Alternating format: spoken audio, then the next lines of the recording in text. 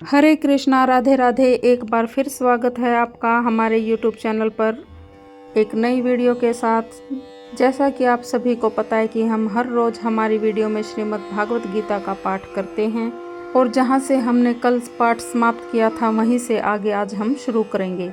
Video शुरू करने से पहले आप सभी से प्रार्थना है कि वीडियो को अधिक से अधिक शेयर करें और वीडियो को पूरा सुनें और बीच में अधूरा न छोड़ें। भगवान श्री कृष्ण आप सभी पर अपनी कृपा बनाए रखें। तो चलिए शुरू करते हैं आज की वीडियो। भगवान श्री कृष्ण अर्जुन को समझाते हुए क्या कहते हैं? यह मायावादी सिद्धांत की मुक्ति के बाद आत्मा माया के आवरण से पृथक होकर निराकार ब्रह्म में लीन हो जाएगा और अपना अस्तित्व खो देगा। यहाँ पर परम अधिकारी भगवान कृष्ण द्वारा पुष्ट नहीं हो पाता और अपना अस्तित्व खो देगा। यहाँ पर परम अधिकारी भगवान कृष्ण द्वारा पुष्ट नहीं हो पाता और न ही सिद्धांत का समर्थन हो पाता है और इस बद्ध अवस्था में ही हम अस्तित्व का चिंतन करते हैं। यहाँ पर कृष्ण स्पष्ट कहते हैं कि भगवान तथा अन्यों का अस्तित्व भविष्य में भी क्षुण्ण रहेगा, जिसकी पुष्टि उपनिषदों द्वारा भी होती है। कृष्ण का यह कथन प्रामाणिक है क्योंकि कृष्ण मायावश नहीं है। यदि अस्तित्व तथ्य न होता तो फिर कृष्ण इतना बल क्यों देते, और वह भी भविष्य के लिए। मायावादी यह तर्क कर सकते हैं कि कृष्ण द्वारा कथित अस्तित्व आध्यात्मिक न होकर भौतिक है। यदि हम इस तर्क को कि अस्तित्व भौतिक होता है स्वीकार कर भी ले तो भी कोई कृष्ण के अस्तित्व को किस प्रकार पहचानेगा? कृष्ण भूतकाल में भी अपने अस्तित्व की पुष्टि करते हैं और भविष्य में भी अपने अस्तित्व की पुष्टि करते हैं। उन्होंने अपने अस्तित्व की पुष्टि कई प्रकार से की है और निराकार ब्रह्म उनके अधीन घोषित किया जा चुका है। कृष्ण सदा सर्वदा अपना अस्तित्व बनाए रहे हैं।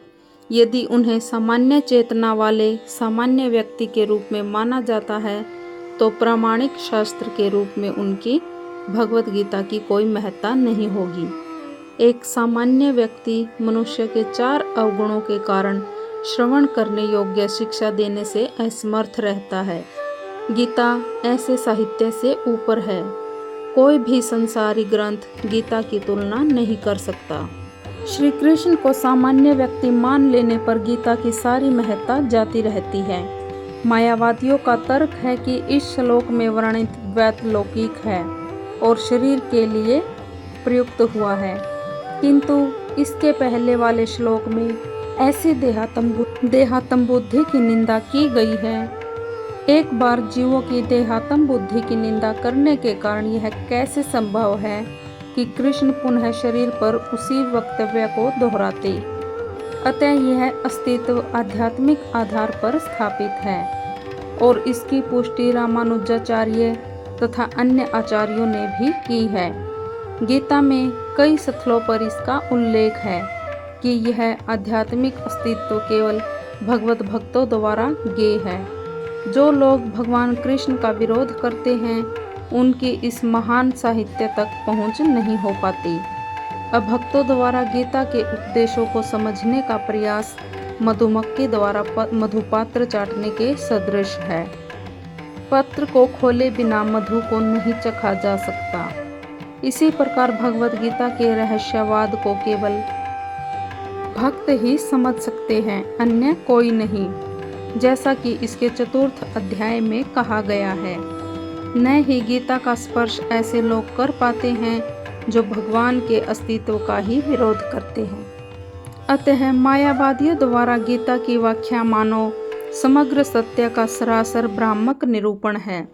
भगवान चैतन्य ने मायावादियों द्वारा की गई गीता की व्याख्याओं को पढ़ने का निषेध किया है और चेतावनी दी है कि जो कोई ऐसे मायावादी दर्शन को करना चाहता है वह गीता के वास्तविक रहस्य को समझ पाने में असमर्थ रहता है। यदि अस्तित्व का अभिप्राय अनुभवगम्य ब्रह्मांड से है तो भगवान द्वारा उपदेश देने की कोई आवश्यकता नहीं है।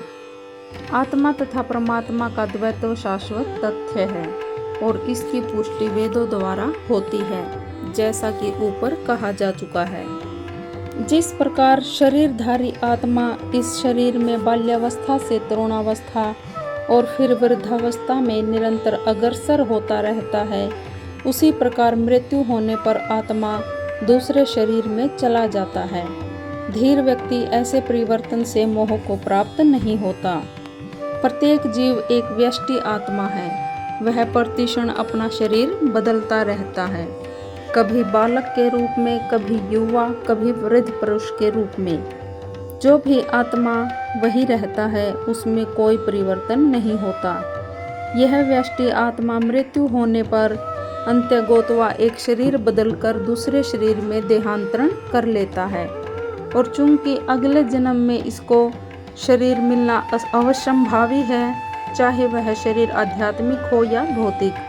अर्जुन के लिए न तो भीष्म न ही द्रोण के लिए शोक करने का कोई कारण था, अपितु उसे प्रसन्न होना चाहिए था कि वे अपने पुराने शरीरों को बदलकर नए शरीर ग्रहण करेंगे और इस तरह वे नई शक्ति प्राप्त करेंगे।